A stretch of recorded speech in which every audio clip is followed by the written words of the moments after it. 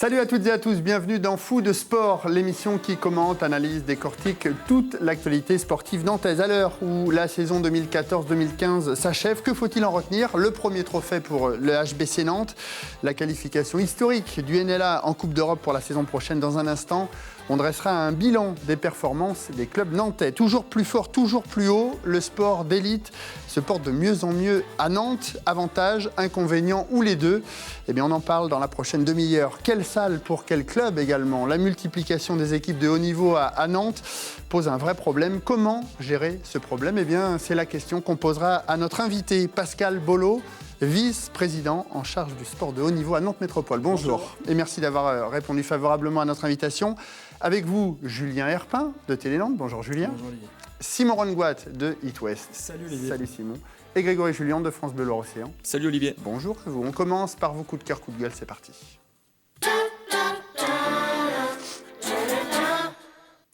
Coup de cœur, coup de gueule, et on va commencer par vous, Monsieur Bollot. Coup de cœur ou coup de gueule? Parce que c'est l'un ou l'autre. Oh, ce sera coup de cœur, il faut être positif quand même. Et ce On vous écoute. Ce sera coup de cœur pour l'ensemble des publics nantais du sport, avec la Tribune Noire comme emblème. Et la Brigade Loire. Et sa Brigade Loire, mais la Tribune Noire, globalement, qui a mis une ambiance, moi qui suis né à Nantes, qui a été tout petit à Sopin, jamais j'ai vu à Nantes une ambiance pareille. Donc ça, c'est un plus. Et j'ai découvert aussi que l'ambiance dans nos salles, que ce soit pour les matchs du H ou pour les matchs du NRB, j'ai été assisté à quelques rencontres où il y avait une ambiance et à la fois chaleureuse et de support à l'équipe, mais très sympa, qui était remarquable. Donc mon coup de cœur, c'est pour l'ensemble des publics sportifs nantais. Julien, coup de cœur ou coup de gueule? Julien. Ça va être un coup de cœur également, un coup de cœur pour Nicolas Gaillon, le capitaine de l'Hermine de Nantes, qui va mettre un terme à sa carrière à l'issue de la saison. Alors on espère que ça va être le plus tard possible, peut-être que ça sera ce soir en play-off, mais on espère que ça durera un tout petit peu. Simplement parce que déjà c'est plutôt un gars sympa, nous on peut le constater régulièrement en tant que journaliste, et surtout c'est quelqu'un qui symbolise la fidélité à un club dans un sport, le basket, où c'est pas toujours simple d'avoir une continuité. Surtout la Pro B, où ça oui, il y a beaucoup de changements. Ouais. Lui, ça fait 5 ou 6 ans qu'il est sous les couleurs de l'Hermine, et voilà, c'est de plus en plus rare, et c'est à noter. Voilà. Simon, coup de cœur, coup de gueule. Deux pour le prix d'un. D'abord, un coup de gueule contre la décision de la Ligue de football de passer dans un an, à la fin de la saison prochaine, de 17 à 18 clubs à rester en Ligue 1. Il n'y aura que 2 descentes. On s'approche des ligues fermées, et bon, c'est pas l'idée que je me fais du sport, où il y a des montées, des descentes, des risques sportifs, parfois des risques financiers aussi. Là, on veut s'assurer, entre guillemets, du côté des gros clubs, des grandes villes du championnat. Je regrette cette décision-là, qui est contestée d'ailleurs par différents clubs de Ligue 2. On ne sait pas si ça va en rester là, mais pour l'instant, c'est... De fait que 2 montées également. Deux montées de Ligue 2 en Ligue 1, 2 descentes de Ligue 1 vers la Ligue 2, évidemment. Et puis c'est l'occasion de saluer le voisin angevin. On va avoir un derby sympa côté foot, tout près, entre Angesco et le FC Nantes. Après 22 ans de disette. Il y aura Jean-Marc Guillot et Henri Michel. Oui, bien sûr.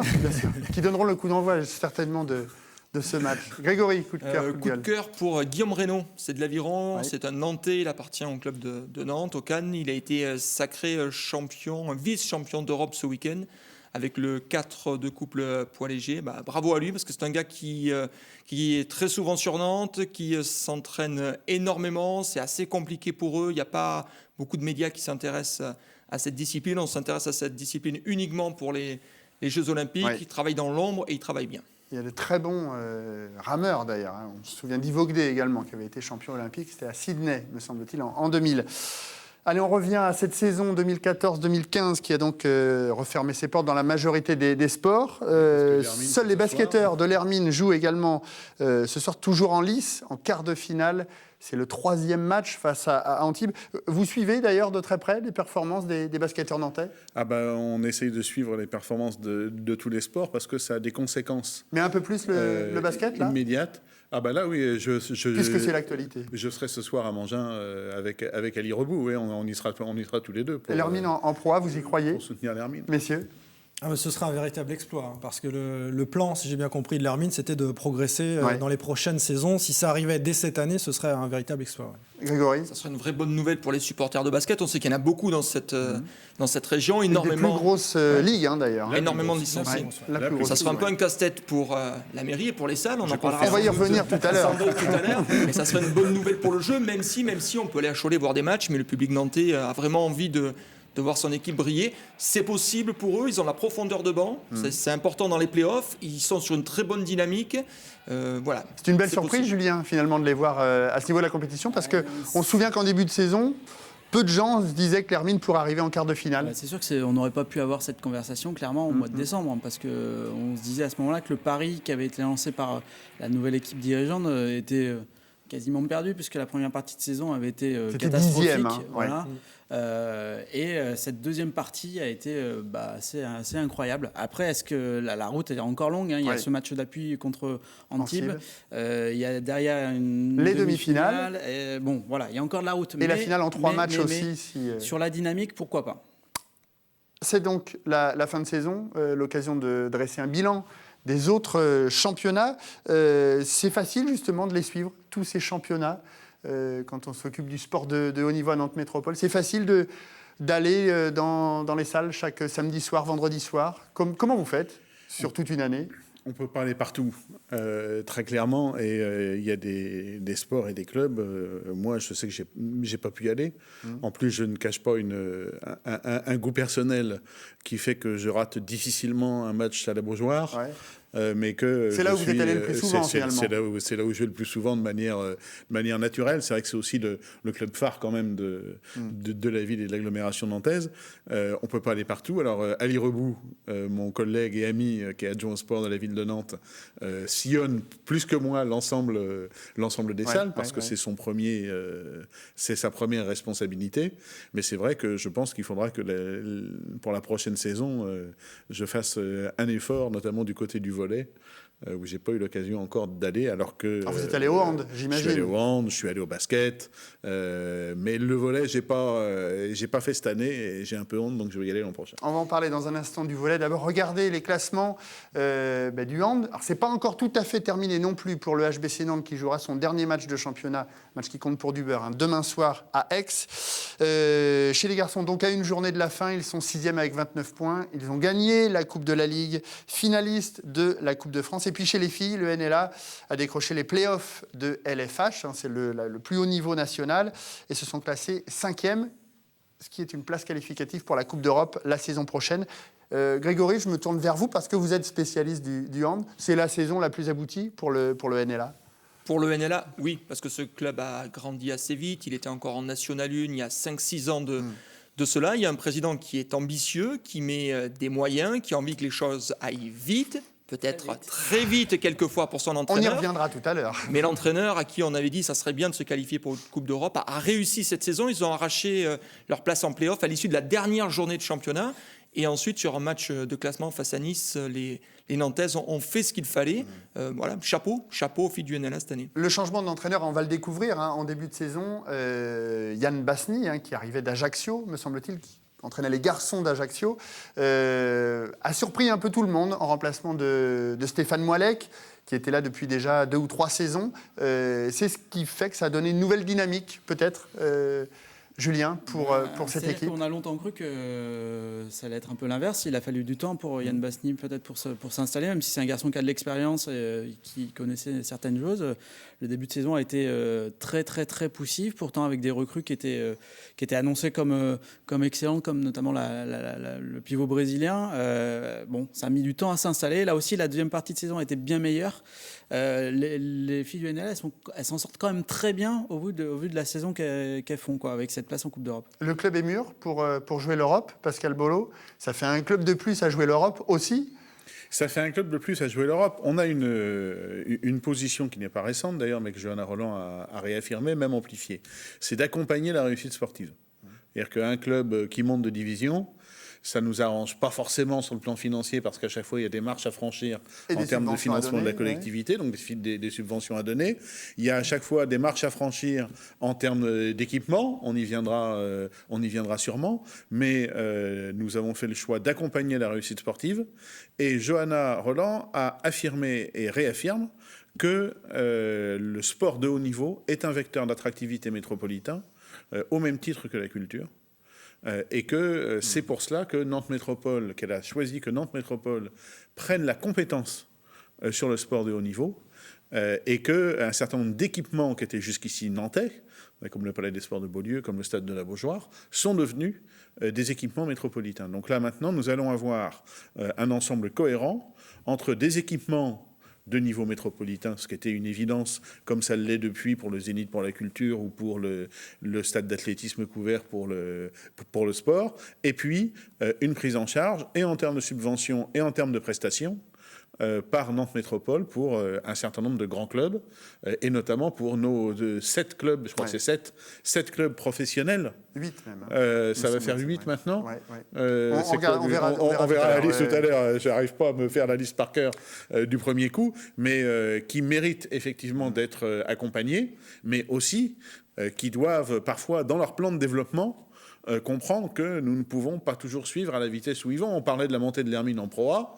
Moi, je souhaite qu'une chose, c'est que l'Hermine gagne ce soir. Je souhaite qu'une chose, c'est qu'il se qualifie pour les demi-finales, mais qu'il s'arrête là. Pour les demi-finales. Je souhaite qu'une chose, c'est qu'il se qualifie pour la finale, qu'il la gagne. Mais la réalité, c'est que Mangin serait trop petit pour les accueillir en Pro A. On y reviendra justement sur tous ces problèmes de structure. Mais on accompagne la réussite sportive et on fait du sport de haut niveau un vecteur d'attractivité métropolitaine. Alors la réussite sportive, c'est également le HBC Nantes qui remporte enfin son premier trophée. On attendait ça depuis très longtemps. C'était la Coupe de la Ligue. Ça leur permet de vraiment franchir un palier. Oui, c'est la preuve d'une maturité du club nantais et je pense que ça va décomplexer le club qui s'était installé dans le top 5, top 6 depuis maintenant plusieurs saisons. Il manquait ce fameux titre. Là, il y a 2 finales. Il y avait une finale de Coupe d'Europe. On parlait déjà de Nantes au plan européen également. Ouais. Mais au niveau français, il y avait un petit complexe peut-être par rapport au Montpellier, Dunkerque, Saint-Raphaël. Là maintenant, Nantes a gagné son trophée, a fait une finale et postule à une place en Ligue des Champions dans les prochaines saisons, très clairement. Le H qui va devoir confirmer malgré tout, parce que jusque-là, on attendait qu'il y ait ce trophée. Ça y est, ils l'ont. L'année prochaine, ça va être autre chose, Grégory. Ouais, mais je te trouve un peu sévère quand tu dis « enfin ». Pour le HBC Nantes, il y a une grosse attente par rapport à ce club. Mais quand tu regardes le handball français depuis des années, il y avait 2-3 clubs qui trustaient tout. Montpellier, Chambéry, Paris.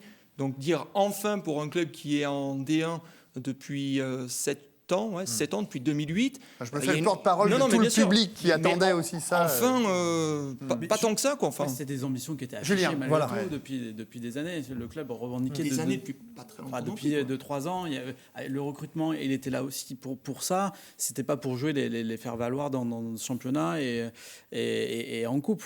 Après, maintenant, là, il y a quand même un tournant. Il y a une étape qui est franchie avec ce premier trophée, mais il va y avoir du renouvellement à l'intersaison et il va falloir pour le club aussi poursuivre. On va attendre forcément plus. C'est ça la limite. Quel regard vous avez sur le H, justement, qui est le deuxième gros club de Nantes? Le H, c'est le deuxième gros club de Nantes et c'est aussi à la fois le moteur et le fruit d'un plan handball qui avait été décidé il y a plusieurs années par la municipalité sous l'égide de Marie-Françoise Clergeau et qui donne des résultats parce que faire pousser un club de haut niveau avec beaucoup d'argent, c'est toujours possible, on peut obtenir des résultats. Des fois, c'est un peu fragile parce que d'une saison sur l'autre, une équipe, ça met du temps à se construire. Un club, ça met encore plus de temps à se construire. Mais quand on arrive à allier l'excellence du haut niveau avec des objectifs très ambitieux et la réalité de la pratique de ce sport, du développement de ce sport dans l'ensemble de la population et dans le sport de masse, on arrive là à avoir de vraies dynamiques. Et c'est vrai que de ce point de vue-là, le handball est un sport qui s'est très bien implanté parce qu'il a pu faire ce lien entre le très haut niveau et la pratique locale très importante. C'est aussi le problème du basket, en tout cas, et la chance du basket, c'est que l'Hermine s'appuie sur un potentiel de public et d'amateurs de basket tout à fait considérable sur le secteur. Simon. C'est un des 2 facteurs de réussite, clairement le public, puisque Nantes est vue à travers toute la France comme une ville de handball, on fait le meilleur public de France, d'ailleurs. Les meilleures affluences, le meilleur public de France, une très très belle ambiance. Et puis l'identité des Nantais vis-à-vis de cette équipe, elle vient aussi des jeunes. qui sortent du centre de formation et qu'on voit grandir au sein de cette équipe. L'un des symboles, c'est O'Brien Niateux, par exemple, et qui maintenant s'affirme comme l'un des tout meilleurs au plus haut niveau du handball français. Et il est issu de l'école nantaise. Tout ça, ça donne vraiment la capacité à ce club à être ancré au sein de la ville. Alors ça, c'est Julien. C'est ce qui, à contrario, a manqué peut-être à des clubs qui, cette saison, ont été en difficulté. Je pense notamment au NRMV, qui est passé pas très loin d'un gros trou d'air. La transition est magnifique. Regardez, on va parler volet avec les classements déjà du VBN. Regardez, quart de finaliste des playoffs et 4e de la Liga féminine. Alors 2 finales la saison passée, on s'en souvient, la Coupe de France pour le VBN et la finale du championnat.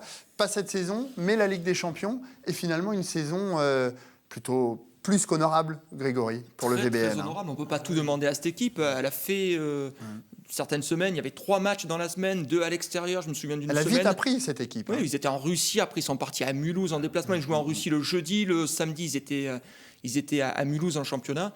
Non, c'est une saison réussie pour cette équipe. Et là aussi, s'il y a vraiment à tirer un coup de chapeau, c'est un entraîneur, Sylvain Kinkis, qui a su bâtir avec cette équipe. Il a conservé des filles qui étaient déjà là la saison précédente. Il essaie de vraiment créer un groupe, une ossature. C'est rare en volée, parce qu'on signe des contrats de 10 mois et on s'en va la plupart du temps. Et puis on voit des images. Là, c'est la victoire contre Cannes aussi à Nantes. C'était la première défaite cannoise depuis des lustres, Julien. Je crois que c'est la seule défaite de Cannes cette saison, d'ailleurs, en championnat. Et surtout, pour un club qui est, en termes de taille, de structure, un petit poussé, quoi. C'est quand même une réussite. Justement, ça a été très bien géré au niveau financier. Coup de chapeau à l'entraîneur, mais aussi coup de chapeau aux dirigeants. C'est ça. Hein. Parce que sur des sports comme le volley féminin, le rôle des bénévoles... pour assurer bénévolement une gestion qui est de type professionnel, parce que quand il faut organiser un déplacement en Russie pour une équipe de volley, c'est quand même pas simple. Mais les dirigeants craignaient ça justement en début de saison avec la Ligue des Champions. Ils ont géré ça. Ils ont fait un boulot fantastique. Nous, on essaye de les accompagner avec des subventions supplémentaires pour les clubs nantais qui sont européens, puisqu'on rembourse à peu près au frais réel. Les subventions pour chaque club sont les mêmes pour chaque club européen ? Non, parce que alors il y a un engagement de financer au réel. On parle de 200 000 euros ? Oui, c'est ça. C'est-à-dire qu'avec un plafond de 200 000 euros. Bon, il y a un club qui a fait 201 000 ou 202 000, on n'a pas chipoté. Mais on est sur cette logique-là de dire il y a un crédit, pas un crédit ouvert, mais en tout cas, juste à concurrence de 200 000 euros, on couvre les surcoûts liés à la logistique européenne pour les clubs qui y sont qualifiés. Alors évidemment, c'est essentiel. Ça ne vaut que s'il y a qualification européenne. On dit qu'on accompagne l'excellence sportive, mais on ne maintient pas les subventions s'il n'y a pas de qualification européenne. Ça fait partie de la règle du jeu. Mais en tout cas, en ce qui concerne Monique Bernard et ses équipes, ils font un boulot avec un investissement qui est absolument considérable. Alors c'était un peu plus compliqué, Julien le disait tout à l'heure pour le NRMV. Regardez le classement, ils finissent 12e avec 23 petits points de la Ligue A masculine. Le premier non relégable pour un club qui trustait les premières places ces dernières saisons. On ne sait pas trop ce qui s'est passé finalement. Simon. Le sauvetage est déjà quasi miraculeux. Hein. Le scénario de la fin de saison était incroyable. C'est le même nombre de points que Narbonne, qui est le premier relégué. Hein. Ça s'est joué à rien par rapport à cette équipe de Narbonne sur les 3 dernières journées de championnat. Effectivement, la mayonnaise n'a jamais pris entre ses joueurs. Greg disait tout à l'heure, et c'est le souci dans le volley, chaque saison, des joueurs arrivent pour 10 mois. Alors il faut que ça prenne très vite entre les uns et les autres. Il n'y a que 1, 2, voire 3 joueurs qui sont conservés malheureusement. Et ça, on peut le regretter aussi à nouveau pour une question d'identité, d'attachement du public, des collectivités à ces joueurs, à cette équipe. Il faut qu'il y ait une histoire. Il n'y a pas d'histoire souvent quand ça ne marche pas. C'était le cas sur cette équipe-là. Il y avait du talent, disait le coach Martin Desmar, mais je n'ai pas réussi à mettre ça en musique. La mayonnaise n'a pas pris finalement au NRMV. Quel regard vous avez sur ce club, le NRMV ? Il y a, comme le disait Simon, pas beaucoup de Français aussi. On recrute à l'étranger. On sent bien que c'est le plus fragile, notamment parce que, par contraste avec ce qu'on disait tout à l'heure sur le hand et sur le H, on ne sent pas qu'il y a une assise locale et un projet ça vous dérange collectif. En tout cas, ça interroge. Et on voit bien que c'est un élément de fragilité, puisque d'une saison sur l'autre, on peut avoir une réussite une saison et puis la saison d'après, un recrutement. Mais jusque-là, ils avaient réussi quand même. Moi, je suis mais oui, à truster les premières places. Mais oui, et ils avaient réussi à la fois à mieux se structurer, parce que c'est aussi des questions de fusion entre clubs, de complémentarité sur un territoire donné. Donc, je pense que là, il y a un élément de fragilité. On leur souhaite vraiment de redresser la barre, nous on souhaite que ça. Grégory. Moi j'ai une question à Pascal Bolo. On parle beaucoup de pays, d'agglomération, de communautés de communes. Il y a un autre club dont on ne parle pas, c'est Saint-Nazaire. C'est une mairie de gauche également. Il n'y avait pas la possibilité de faire un grand club de volley entre Nantes et Saint-Nazaire, une vraie union? D'expérience, les fusions de clubs sportifs qui réussissent sont celles que les clubs souhaitent eux-mêmes et mettent en œuvre eux-mêmes. C'est évidemment une question que beaucoup de gens se posent, parce qu'avoir deux clubs fragiles, un à Nantes et un à Saint-Nazaire, on se dit assez logiquement que si on pouvait en avoir un seul costaud, ce ne serait pas une mauvaise chose. Mais on ne peut pas le faire à la place des dirigeants. On ne peut pas le vouloir à la place des dirigeants. Et toutes les expériences qu'on a pu mener, même à des échelles de quartier, où on fusionnait, où on voulait forcer un peu des clubs qui n'en avaient pas franchement envie à fusionner, ça ne marche pas. Donc voilà, on comprend. Bah oui, Bayonne-Biarritz en rugby, c'est la caricature peut-être, mais en tout cas, effectivement, rationnellement, c'est vers ça qu'il faudra aller. Mais il faudra que le mouvement sportif s'en saisisse et que le club eux-mêmes s'en saisissent. David Samzin et Johanna Roland ne vont pas taper des mains en disant fin de la récréation, vous fusionnez, puis c'est tout. Ça ne peut pas marcher comme ça. De toute façon, là, ça va être compliqué parce qu'en plus, le SNVB est redescendu en National 1, alors que le NRMV jouera toujours au plus haut niveau la saison prochaine. On va avancer, messieurs, puisqu'il nous reste une vingtaine de minutes et qu'on a beaucoup de choses à voir ensemble. Un mot également sur le Nantes-Rezé Basket. Alors ça, c'est la très très bonne surprise. Un club en énorme difficulté à la même époque l'an passé. Regardez, 8e de la saison régulière. On a mis NRB, objectif atteint. 8e de la saison régulière, qualifié également grâce à sa place de finaliste en Challenge Round pour la Coupe d'Europe la saison prochaine. C'est la vraie réussite, ce club aussi. C'est la reprise en main de ce club. C'est notre soulagement et notre fierté avec Elie Reboux, parce que l'été dernier, on y avait passé beaucoup de temps, beaucoup d'énergie. Alors, un passif, il faut le rappeler, de 400 000 € l'an passé. Il en reste 200 000 à rembourser. Un passif de 400 000 €, un plan de redressement et une saison qui démarrait donc dans ce contexte de fragilité. Et ils s'en sont remarquablement sortis. Il semble que sur le plan financier, le plan de redressement tienne la route. On n'est pas encore sorti d'affaire, mais je pense qu'on tient le bon bout. Et franchement, quand on voit, j'en parlais tout à l'heure, le public du NRB, l'ambiance qu'il y a à Mangin sur certains matchs, on se dit que ce serait dommage que cette aventure ne continue pas. Donc on va continuer, je les rencontre ce soir même, et on va continuer à les accompagner. Et les difficultés financières auront peut-être du bon. Ça avait été le cas avec le FC Nantes il y a quelques passés. On fait confiance aux jeunes derrière et on sait qu'il y a un vivier à Nantes, puisque les Nantaises, la plupart des jeunes joueuses ont été sacrées championnes du monde UNSS avec leur lycée, avec Caroline Aubert à l'Amen. Ça montre bien, enfin à l'Amen pour diriger tout ça, parce qu'elle est plus sur les parquets, mais ça montre, mais elle est à la baguette, toujours, mais ça montre bien que derrière il y a peut-être de la ressource avec des jeunes. Allez, dans ce bilan, un dernier mot sur le hockey sur glace. Je sais que vous avez envie de parler, Julien. Malheureusement, on est pris par... Juste pour dire, la superbe saison aussi de Sarah Michel, qui s'est vraiment révélée, qui est en équipe de France d'ailleurs. Également. Puis un grand coup de chapeau à Emmanuel Curel, l'entraîneur, puisqu'on en est aux félicitations. Le hockey sur glace, ça risque de poser aussi un petit problème, ça, Pascal Bolo. Parce que depuis hier, la patinoire... Au milieu de la glace pour donner un coup d'envoi fictif, j'étais un peu dans les petits souliers parce que Marie-Françoise Clergeau s'était déjà pris une petite gamelle. 4 mois de travaux depuis hier, c'est ça ? De rappeler cet épisode. Comment ça va se passer ? Les travaux ont débuté de la patinoire du Petit Port. Où est-ce qu'ils vont commencer la saison ? Il y a des travaux qui sont incontournables et c'est vrai que sur le hockey, puisque le lien doit être fait en permanence et être anticipé entre le niveau auquel on joue et les infrastructures et les équipements dont on dispose, je dois dire très clairement, il n'y aura pas de construction de patinoire à Nantes pour permettre au NAC d'accéder à des niveaux supérieurs. C'est quoi la solution ? Et que là, peut-être faut-il se résoudre à ce que sur le hockey sur glace, on n'ait pas à Nantes de clubs de très haut niveau. Alors là, effectivement, il y a les Ducs à Angers. Là aussi, on est dans la proximité. Est-ce qu'il n'y a pas quand Là même... aussi, Cholet, Nantes, un rapprochement, pourquoi au niveau pas régional, des complémentarités à trouver, et puis de se dire que autant on est content qu'il y ait à nouveau un derby Nantes-Angers en foot, autant en hockey sur glace, ce ne serait pas forcément une perspective raisonnable.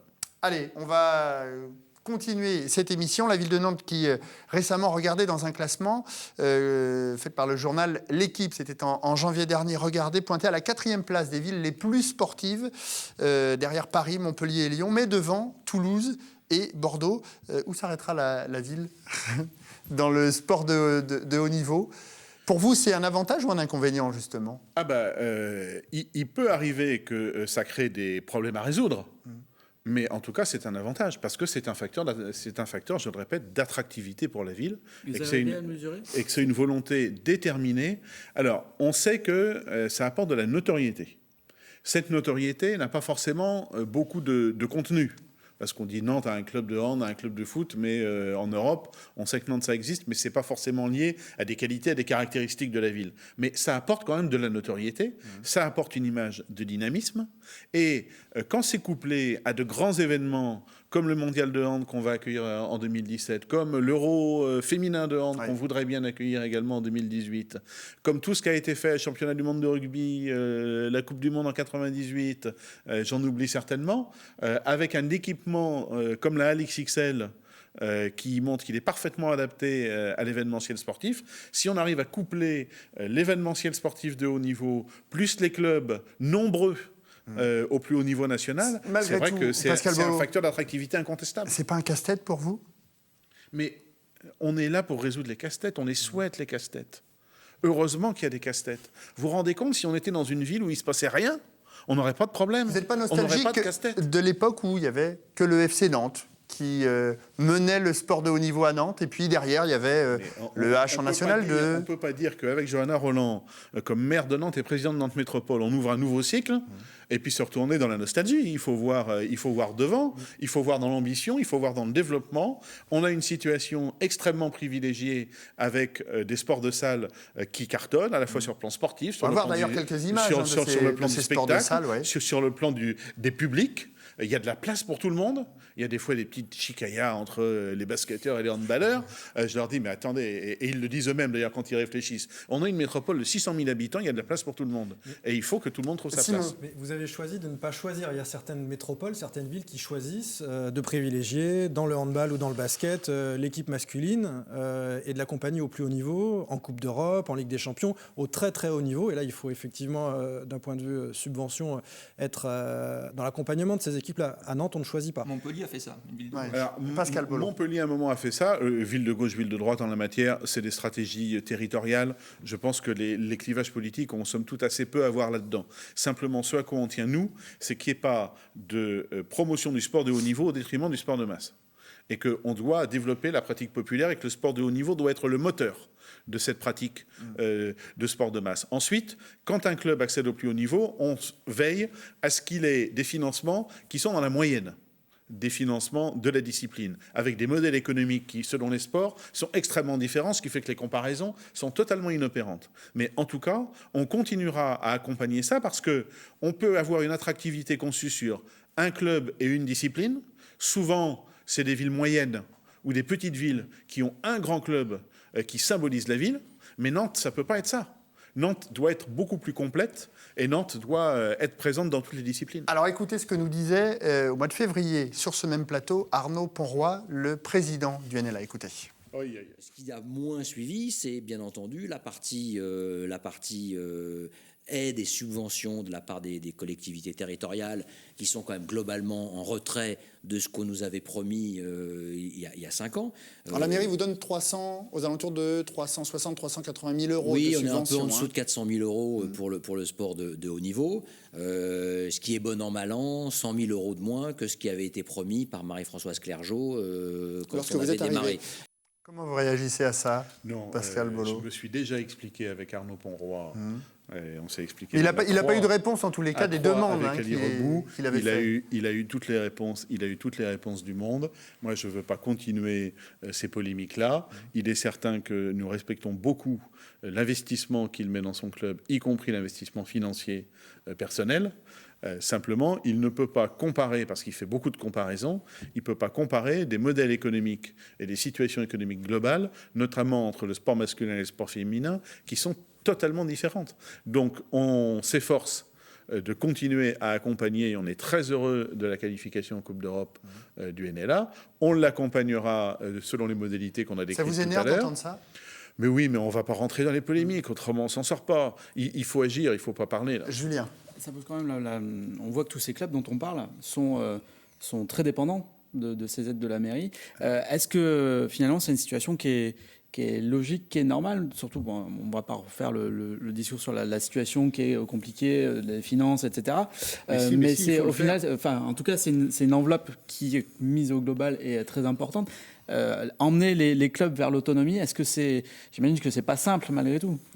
Il est très clair que les sports de salle professionnels ont aujourd'hui un modèle économique qui n'est pas pérenne, parce qu'il repose beaucoup trop sur les subventions des collectivités locales et que ça ne pourra pas durer, compte tenu, mais ça ne pourra pas durer partout. Ce n'est pas spécifiquement nantais. Rapidement. Donc, de toute façon, on va arriver très vite à des moments où l'inflation qu'on a connue ces dernières années, il va falloir que dirigeants, agents, joueurs, tout le monde qui manie l'argent dans ces milieux-là sache que le Père Noël, c'est fini. Et ce sera fini pour tout le monde parce que les collectivités n'auront plus les moyens de suivre. Et il faut aussi que les milieux économiques se saisissent de la nécessité de soutien à ces clubs de haut niveau au titre de leur attractivité sur le territoire. Vous posiez la question tout à l'heure, est-ce qu'on mesure financièrement cette attractivité? C'est extrêmement difficile, c'est extrêmement compliqué. On nous avait promis l'effondrement économique de Nantes quand le FCN passerait en Ligue 2. Heureusement, ça ne s'est pas produit. Mais il n'empêche qu'il faut absolument que les milieux économiques, on en parle souvent avec la Chambre de commerce, se saisissent du financement du sport de haut niveau parce que les collectivités ne pourront pas suivre durablement. Et là, c'est vraiment un appel que je lance. Si tout le monde est convaincu, tout le territoire est convaincu que le sport de haut niveau est un facteur d'attractivité profitable à tous, il faut que les entreprises soient plus actives dans le financement. Un mot, Grégory. Il faut plus de Valdemarquita à Nantes, alors. Plus de Valdemarquita ou d'Arnaud Ponroy, peut-être, ou de Johan Joubert, PDG de Réalité, le promoteur, qui aussi est un acteur très important sur le plan financier de ce secteur. Il faut, je crois, plus d'entreprises qui se saisissent du sport de haut niveau comme vecteur de communication pour inviter leurs clients, etc. C'est plus dans le sponsoring que dans la propriété, je pense qu'on doit pouvoir faire de gros progrès. Alors, il y a la bataille des chiffres entre les clubs, mais il y a également la bataille des salles à Nantes. Regardez, c'est 6 clubs de sport de salles à Nantes, pour 3 salles finalement, 3 grosses salles, le Palais des Sports de Beaulieu, Mangin-Beaulieu et la nouvelle salle métropolitaine. C'est le gros point noir, ça, Pascal Bolo, finalement? C'est pas le point noir, parce que si on ajoute, alors pour des utilisations très particulières... En sachant que le Palais des Sports de Beaulieu va être en réflexion d'ici très peu de temps. Si on ajoute la salle XXL pour les très grands événements, on aura là un panel d'équipements sur l'agglomération nantaise qui correspond à la ville, parce qu'il y a aussi des équipements complémentaires qui existent. Je pense au Vignoux à Saint-Herblain, je pense à la salle de Saint-Jean pour le volley, auxquels les clubs sont attachés par ailleurs. On la reverra, la salle XXL pour le handball, cette année? Si ça peut se coupler avec un autre événement et qu'on peut, dans le calendrier, y glisser encore un Nantes PSG, par exemple, pourquoi pas? En revanche, il n'y a pas de pertinence et il n'y a pas de vraie possibilité de dire que pour un match de championnat, on monterait la salle XXL. Ça coûte quand même plusieurs centaines de milliers d'euros. Donc économiquement, ce serait absolument pas raisonnable. Mais en tout cas, sur l'idée globale, c'est d'arriver à avoir 2 clubs résidents par salle sur l'équipement quand le Palais des Sports de Beaulieu sera Les travaux rénové. commencent quand et pour combien de temps? Les travaux vont commencer en février-mars et ils vont durer au moins 2 ans, 2 ans et demi. Alors, Donc on a là effectivement une période. C'est aussi pour ça qu'on dit à nos amis de l'Hermine, on serait très content pour vous que vous gagnez, mais on n'est pas sûr de pouvoir suivre au niveau de la proie tout de suite. Mais vous disiez 2 résidents par salle. Est-ce que ça veut dire que la salle de la Trocardière, la salle métropolitaine, où va résider le HBC Nantes la saison prochaine. Est-ce qu'en cas de montée, par exemple, de l'Hermine en Pro A, ou même pour des gros matchs de Pro B, est-ce que l'Hermine pourrait être amenée à jouer là ? On sait que, compte tenu du niveau d'installation, si j'ose dire, d'un club dans sa salle, à la fois pour des entraînements, mais aussi pour tout ce qui est aménagement réceptif, commercial, tout ça, on ne peut pas d'une semaine sur l'autre demander à un club de Nantes de déménager pour y mettre du basket. Ça s'est fait au Palais des Sports de Beaulieu. C'est de moins en moins possible. C'est de moins en moins possible. Vous comprenez malgré tout la déception des basketteurs, parce que c'était une salle prévue pour le basket à l'origine. Mais ce n'est pas une déception, c'est toujours une salle prévue pour le basket. Mais qui va être utilisée pour le hand sur cette saison. saison. Dès le début, il avait été prévu que pendant les travaux du Palais des Sports de Beaulieu, le HBC Nantes jouerait à la Trois-Quartières. La question s'est reposée en début d'année parce qu'il y avait un risque de retard des travaux du Palais des Sports de Beaulieu. En fait, on sait que les travaux pourront commencer en février-mars. Donc on est revenu à ce qui était prévu dès le départ, dès la décision de la construction de la salle de la Trois-Quartières. Et j'observe d'ailleurs que beaucoup de dirigeants qui aujourd'hui disent « Moi, monsieur, je veux y aller », étaient ceux qui disaient « Oui, cette salle de la Trois-Quartières, finalement, est-ce qu'elle va être si bien? Est-ce que c'est vraiment nécessaire ?» Ils tordaient le nez en disant « Oh, que 4000 spectateurs Parce que c'est 5000 au Palais des Sports de Beaulieu, quand même. Est-ce que c'est suffisant pour nous ?» Et quand ils ont visité le chantier, ils sont revenus en disant « C'est pour nous, ça. Il faut qu'on y aille. » Donc, excellente imitation. Une bonne imitation de Gaël. Hein. Écoutez, j'en suis ravi. Mais très, très sérieusement, c'est une salle idéale pour le basket et qui sera... Mais vous n'avez pas répondu à ma question. Si l'Hermine monte en Pro A, est-ce qu'ils joueront dans cette salle ? Je pense que ça n'est pas envisageable. Et que si l'Hermine monte en Pro A dès cette année, il faudrait continuer à jouer à Mangin. Est-ce que vous allez les aider pour de potentiels travaux ?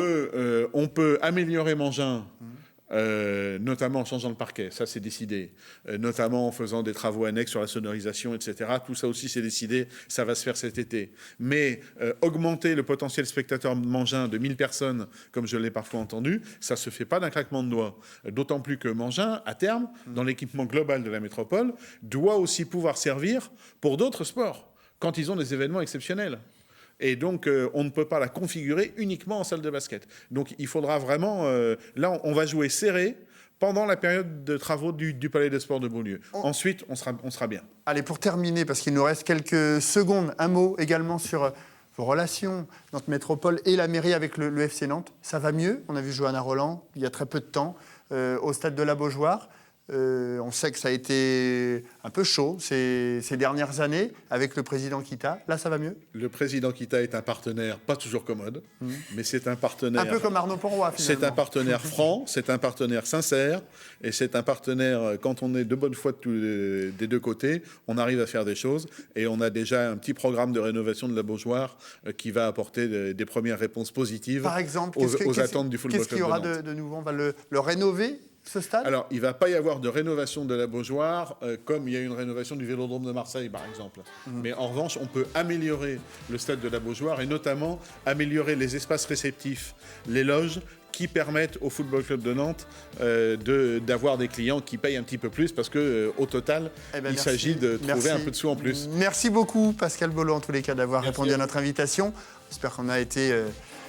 assez complet sur le bilan du sport à Nantes. Merci à tous les trois également. Merci à Eric, à Cécile, à JB, à Anna, à tous ceux qui étaient en régie. On se retrouve jeudi pour un foot spécial 20 ans du titre de 1995. Salut à tous, bonne semaine.